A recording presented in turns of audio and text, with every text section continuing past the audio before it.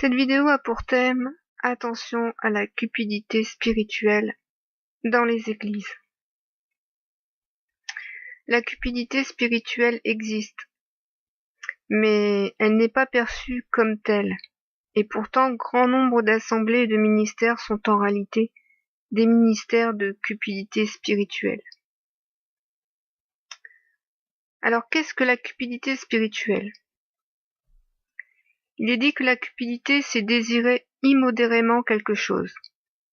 Cela ne s'applique pas uniquement à l'argent, ça peut s'appliquer à un tas de choses. On peut être cupide d'une multitude de choses. Le principal vice de l'homme est le désir. Ça, la Bible nous l'enseigne. Les désirs de la chair sont en inimitié avec Dieu, et ce sont les désirs de la chair qui le conduisent au péché.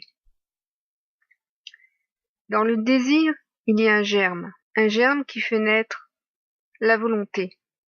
Lorsque l'homme veut à outrance posséder ce qu'il n'a pas, cela s'appelle de la cupidité. Alors lorsque nous voyons des assemblées, des ministères d'hommes, qui prêchent « Seigneur, donne-moi les dons de l'Esprit Saint. Seigneur, fais-moi voir ta gloire. Seigneur, donne-moi la guérison. » Ou encore « Seigneur, donne-moi la paix. » L'homme demande à Dieu de lui donner ce qu'il désire lorsqu'il parle de la sorte. J'ai constaté que ces ministères prient pour invoquer la gloire de Dieu sur l'assemblée également. Alors ils invoquent la gloire de Dieu pour qu'elle descende sur toute l'assemblée environnante. Oh là! Mais pensez-vous réellement que la gloire de Dieu se commande? Pensez-vous réellement que l'homme a le pouvoir de commander la gloire de Dieu pour qu'elle descende? Pensez-vous réellement que l'homme ordonne et que Dieu s'exécute? Quelle arrogance vis-à-vis de Dieu, de lui parler de la sorte et de considérer que le Très-Haut est là pour donner à l'homme, selon ses désirs ou selon ses manques. Car si l'homme a des manques, je vous le dis, ces manques témoignent qu'il est éloigné de Dieu et que Dieu n'est pas avec lui. Car l'homme qui est avec Dieu, en Dieu, est comblé par son Créateur, sans que celui-ci ait besoin de lui demander quoi que ce soit. Jésus l'a dit, « Le Père sait ce dont vous avez besoin avant même que vous lui ayez demandé. Donc ne multipliez pas de vaines paroles lorsque vous priez, car vous agacez les oreilles de Dieu et les oreilles des saints, qui se lamentent en entendant ces choses. » Vouloir obtenir les dons de l'Esprit Saint, par exemple, cela ne s'appelle pas de la piété ou être pieux, cela s'appelle de la convoitise spirituelle. Qu'il vous en plaise si mes paroles vous dérangent, les dons de l'Esprit Saint ne se convoitent pas. Ils ne se réclament pas. Ce que l'homme doit réclamer, c'est un cœur droit vis-à-vis de Dieu. Ce que l'homme doit vouloir, c'est faire la volonté de Dieu, et aucune autre volonté. L'homme doit faire la volonté de Dieu, et non sa propre volonté. Mais faut-il pour cela distinguer et connaître quelle est la volonté de Dieu? Pourtant, toute la parole de Dieu révèle la volonté de Dieu. L'homme est-il sourd ou aveugle à ce point? Eh bien oui, car l'homme a plus d'amour pour le péché que d'amour pour Dieu. Plus l'amour du vice que l'amour de la sainteté. Et celui qui donne des désirs à l'homme pour se faire un plaisir de les satisfaire, c'est son adversaire, Satan. Satan sème une multitude de désirs dans le cœur des hommes, y compris des désirs qui paraissent saints, et qui pourtant ne le sont pas. Ce n'est pas parce qu'un désir concerne Dieu qu'il est saint. Si vous désirez que Dieu vous donne des pouvoirs miraculeux, par exemple, cela n'a rien de saint. Et nous voyons combien sont ceux qui ont été séduits par les pouvoirs miraculeux des apôtres de Christ, et qui créent des ministères de guérison ou de délivrance. Mais moi, je vous le dis, ces apôtres, ils étaient saints. C'est pour cette raison qu'ils pouvaient manifester la gloire de Dieu par les dons de son esprit. Mais ces hommes qui se vantent de guérir ou de délivrer, sont-ils saints? Bien sûr, vous diront-ils, qu'ils le sont, parce que l'Écriture le dit. Et ce qu'ils savent le mieux faire, c'est citer les Écritures. N'importe qui peut vous citer les Écritures. Un enfant qui sait lire peut vous citer les Écritures, et cela ne prouve pas que cette personne est sainte. Car la plupart des personnes qui se disent prédicateurs en notre temps citent les Écritures mais ne citent jamais la volonté de Dieu, c'est-à-dire la repentance, l'obéissance aux commandements de Dieu. Car je vais vous poser cette question. Posez-vous-la et observez chacune des vidéos que vous regarderez sur YouTube concernant des prédicateurs. Où sont les prédicateurs qui prêchent les commandements de Dieu? Si vous trouvez des vidéos de prédicateurs qui prêchent les commandements de Dieu, je vous autorise à me communiquer les liens pour me prouver que j'ai tort. Parce que les commandements sont la volonté de Dieu. Dieu veut et a demandé à l'homme qu'il lui obéisse en mettant en application les commandements. Ça, c'est la volonté de Dieu. Que l'homme cesse d'être rebelle, qu'il se repente de sa désobéissance. Ça, c'est la volonté de Dieu. Criez à toutes les pages de l'Évangile, pour celui qui a des oreilles pour entendre et des yeux pour voir. Mais ces hommes préfèrent dire que la volonté de Dieu, c'est créer des ministères de délivrance ou de prière. Cela peut paraître une pieuse résolution, mais comment peut-on libérer des âmes qui ne se sont pas repenties? Comment peut-on prétendre libérer des âmes qui sont soumises au péché de manière volontaire, car elles aiment leur péché? Car je vous le dis, l'homme aime son péché plus que Dieu. Celui qui veut avoir un réel cœur repentant doit faire passer son amour pour Dieu au-dessus de l'amour de son péché. Ceci est-il enseigné dans les ministères de délivrance? Vous verrez des démons expulsés, et vous crierez « Oh victoire, alléluia !» Mais quelle victoire si votre péché demeure? Vous avez dit alléluia, vous avez glorifié celui que vous ne connaissez pas et que vous n'aimez pas? Car vous demandez la délivrance sans crainte de Dieu et sans désir d'obéissance? Vous demandez la délivrance alors que vous continuez à pratiquer l'iniquité, alors que vous continuez à fermer vos oreilles aux avertissements du Très-Haut? Mais moi je vous le dis, le Père m'a montré ces choses qu'il a en abomination, la cupidité spirituelle, l'orgueil spirituel qui guide la plupart de ces prédicateurs à prêcher leurs propres paroles et non celles de Dieu. Ils prennent la Bible et l'utilisent à leur convenance. Ils prêchent pour leur droite et non celle de Dieu.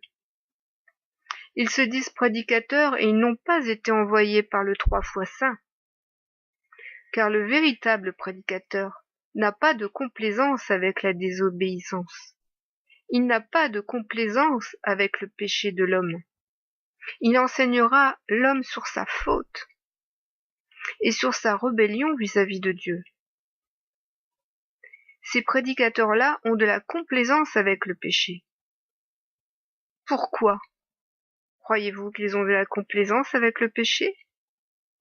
parce que c'est grâce au péché des hommes que leur ministère de délivrance existe et que leur propre gloire peut se manifester, parce que c'est leur gloire qui se manifeste, et non celle de Dieu. Oh, je ne viens pas ici pour juger certains, parce que certains diront, mais vous jugez, vous jugez, vous jugez mon ministère, vous me jugez. Non, moi je n'ai été doté d'aucun pouvoir juridique d'en haut pour vous juger, je ne suis pas juge. Sachez que le juge juge, mais il est aussi celui qui a le pouvoir de vous condamner. Alors je vous le demande, est-ce que moi j'ai le pouvoir de condamner ces hommes? Aucunement. Car je ne suis là que pour exhorter à la vigilance contre ceux qui vous font croire à des délivrances, et qui ne sont en fait que des séductions. L'homme ne peut être délivré de ses démons tant qu'il est dans le péché. Nous voyons dans les ministères de délivrance des tas de démons qui sont expulsés, des personnes qui se tordent dans tous les sens. Mais sachez, l'homme ne peut être délivré de ses démons tant qu'il est dans le péché. Les démons nourrissent l'homme de péché et se nourrissent des pensées des hommes. Vous savez, les démons, ils vont et viennent librement dans une personne. Ce n'est pas parce que vous voyez un démon sortir qu'il est parti. Non, il sort, mais il revient. Et peut-être même il peut revenir accompagné avec encore d'autres démons. Les démons vont et viennent librement dans la maison tant que la porte est ouverte. Si vous êtes une maison à la porte ouverte, les démons vont et viennent, sortent, rentrent librement de vous.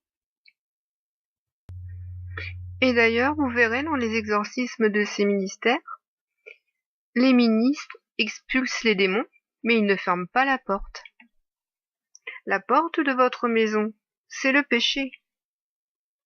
Et il n'y a qu'un seul habitant possible dans votre demeure, la vie ou la mort, Dieu ou Satan. Les deux ne cohabitent jamais ensemble. L'homme doit choisir qui il veut qui demeure dans sa maison. C'est pourquoi, comprenez bien que ces délivrances, qui vous sont procurées par des hommes,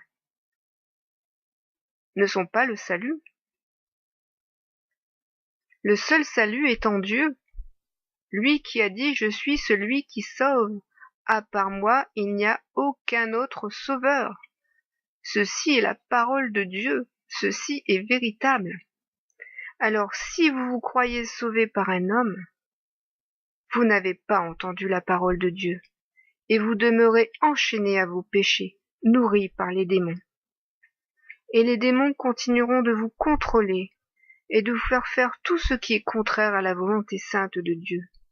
Ils fermeront vos oreilles en vous demandant d'écouter de la musique, de mettre des écouteurs sur vos oreilles. Car comme ça, c'est quand même bien plus difficile d'entendre Dieu. Ils mettront leurs sales mains devant vos yeux afin que vous ne voyiez point. Ils vous demanderont de regarder toutes les choses du monde, afin que vous regardiez non la parole, mais l'œuvre de celui qui est prince de ce monde. Et vous irez au cinéma pour vous divertir, vous regarderez la télévision, car plus l'homme pense à se divertir, plus il pense à s'amuser, et non à s'assagir. Il faut que votre vie devienne une succession d'automatismes, vous confinant dans l'aveuglement. Et les démons savent très bien vous manipuler à cela. Car tout dans ce monde est en inimitié avec Dieu, je vous le dis. Ceci est dur pour le véritable chrétien à accepter, mais tout, absolument tout, dans ce monde est en inimitié avec Dieu. Les enfants du monde ne sont pas les enfants de Dieu. Si vous aimez le monde et les choses du monde, vous ne pouvez être enfants de Dieu. Et c'est d'ailleurs ces mêmes ministères dont je vous parle, qui vous disent que nous sommes tous enfants de Dieu. Mais non, tous ne sont pas enfants de Dieu s'ils sont dans le monde. Sachez-le, être enfant de Dieu, c'est être né de Dieu. Ce qui est né de la chair est chair, ce qui est né de l'esprit est esprit. Et celui qui est né de Dieu ne pêche plus. Ne pêche plus. Comprenez cela. Celui qui est né de Dieu ne pêche plus. Alors, si ces ministères prêchent aux hommes qu'ils sont enfants de Dieu, alors qu'ils viennent dans l'assemblée pour être délivrés, alors ils mentent. Car celui qui est encore sous le péché ne peut être enfant de Dieu. Ce sont ces mêmes prédicateurs qui vous diront « Ayez confiance en Dieu, car Jésus a dit telle ou telle chose. » Mais cela, ce n'est pas de la prédication. Cela s'appelle de la suggestion mentale, de la pensée positive.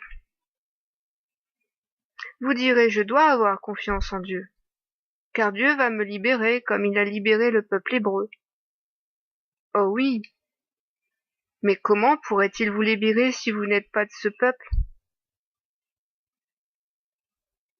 Certains me répondront, mais Jésus n'est pas venu pour les bien portants, mais pour les malades. Un médecin ne sert à rien à ceux qui sont bien portants. Et oui, cela est la vérité, parce que cela est la parole. Mais Jésus est venu pour le pécheur qui souhaite en finir définitivement avec son péché. Il est venu pour celui qui veut passer d'une vie à l'autre et renaître à une vie nouvelle en lui. Jésus ne vient pas pour être complaisant avec le péché à chaque fois que vous pratiquez le péché. Jésus ne va pas venir pour vous guérir d'une maladie, pour qu'une semaine plus tard, une autre maladie vous accable. C'est ici la gloire de Dieu. Lorsque sa volonté est manifestée par son Fils en le cœur de l'homme nouveau. C'est cela contempler la gloire de Dieu dans ses enfants. Ce n'est pas contempler des lumières dans des visions ou avoir des expériences mystiques. Car je devrais vous faire une vidéo sur ce sujet, ayant moi-même vécu une multitude d'expériences mythiques pendant près de 40 ans. J'avais même le don de bilocation. J'avais même le pouvoir de lire dans le cœur des hommes. Et je croyais que tous ces phénomènes étaient l'œuvre de Dieu. Mais je peux vous dire que malheureusement, après m'être repenti et être né à nouveau, j'ai vu que tous ces phénomènes spirituels qui m'avaient accompagné tout au long de mon existence appartenaient aux puissances et aux dominations que nous avons à combattre, et qui leurrent le plus grand nombre de croyants par de fausses apparitions, de fausses visions, de faux miracles, de fausses expériences mystiques. Car ce sont généralement les fausses visions qui font naître les faux prédicateurs. Et c'est pour cela que je viens vous mettre en garde. Ces prédicateurs vous raconteront toujours une rencontre de Dieu sous forme de visions ou d'expériences mystiques diverses. Car en effet, l'expérience a pour but de vous faire croire que tout ce que vous vivez est réel. Et effectivement, lorsque vous vivez ces expériences mystiques, tout vous semble bien réel, parce que tout est réel, spirituellement parlant. Mais cette manifestation spirituelle n'est pas celle d'en haut, elle est celle d'en bas. Ce que la vérité dit, c'est que Dieu ne se manifeste pas à l'homme de cette manière. Dieu se manifeste dans le cœur de l'homme en esprit et en vérité. Ah, je sais que cela paraît tout de suite moins excitant, moins fascinant, et pourtant cela est la vérité. Parce que c'est par la fascination que peut s'opérer la séduction. Et ça, Satan est très doué pour apporter du rêve à l'homme, dans des expériences qui émerveillent. Sachez aussi que Satan peut tout copier, même l'amour. Ça, c'est une chose que peu de gens pensent ou croient possible. Mais ayant moi-même expérimenté les pièges du diable, je peux vous témoigner que Satan peut se faire passer pour n'importe qui, et même Dieu en personne, et vous plonger dans un état de transe, tel que vous puissiez ressentir des extases qui vous feront ressentir de l'amour. Mais ces extases mystiques ne sont que des transes, dans lesquelles le prince, par sa puissance, vous plonge afin de vous séduire. Ces extases ne viennent pas de Dieu, malheureusement. C'est un leurre, un mensonge du faux époux. C'est pourquoi c'est souvent après des visions ayant conduit à des extases mystiques que les faux prédicateurs naissent, et ils vous racontent cette expérience, croyant fermement qu'elle est celle du vrai Dieu. C'est ainsi que cette expérience les poussera à créer leur ministère, à prêcher ou à enseigner la parole de Dieu. Et c'est là où Dieu met en garde l'homme. La parole de Dieu a déjà été annoncée, et vous la connaissez tous. Vous avez tous une Bible. Vous lisez tous cette Bible. Pourquoi? Parce qu'un fils d'homme vous a été envoyé pour vous annoncer sa parole. Cet homme est déjà venu. C'est le Fils de Dieu. Ce fils d'homme est déjà venu vous annoncer sa parole. Si ces prédicateurs vous disent qu'ils sont envoyés pour enseigner la parole de Dieu, fuyez-les. Car la parole de Dieu n'est pas faite pour être décodée ou enseignée, mais pour être révélée. Seul Dieu révèle sa parole à l'homme, et ceci pour que sa gloire soit manifestée en l'homme. Et aucun homme n'a le pouvoir de manifester la gloire de Dieu. Aucun homme ne doit et ne peut se substituer à Dieu dans son œuvre. Seul le Fils porte l'œuvre du Père. Lorsque Yeshua garde une âme, il la garde dans sa parole triomphante. Et cette parole-là n'est pas la lettre morte ou les paroles d'un autre homme. C'est la parole du Fils de l'homme et du Fils de Dieu, ayant vaincu la mort pour que vous ayez la vie en lui et par lui. Je le répète, en lui et par lui, et en aucun autre homme. Il n'y a pas d'autre porte, pas d'autre bouche que la bouche de l'Éternel. Yeshua l'a bien dit, l'homme ne vivra pas de pain seulement, mais de toute la parole qui sort de la bouche de l'Éternel. Alors la vérité ne vous dira jamais de courir à la bouche des hommes qui se disent pouvoir faire ce que seul Dieu peut faire. Car à seul Dieu appartient la puissance. À seul Dieu appartient la miséricorde. Cet homme prédicateur que vous courez voir dans les assemblées et que vous louez a-t-il le pouvoir de vous faire miséricorde? Non. Car cet homme est une cupidité spirituelle, qui convoite le pouvoir même de Dieu dans un orgueil spirituel tel qu'il pense se substituer au grand Dieu le Père créateur de toutes choses, par sa simple parole d'homme. Mais que vaut la parole de l'homme face à la parole de Dieu? Que vaut ce qui sort de la bouche de l'homme face à ce qui sort de la bouche de l'Éternel? Eh bien, je vous l'ai annoncé, afin que vous ne soyez pas dans l'ignorance et dans l'aveuglement devant les œuvres des hommes. Ne cherchez que les œuvres de Dieu. Soyez doux et compatissants envers votre prochain. Soyez dans l'obéissance de Dieu et non dans la rébellion.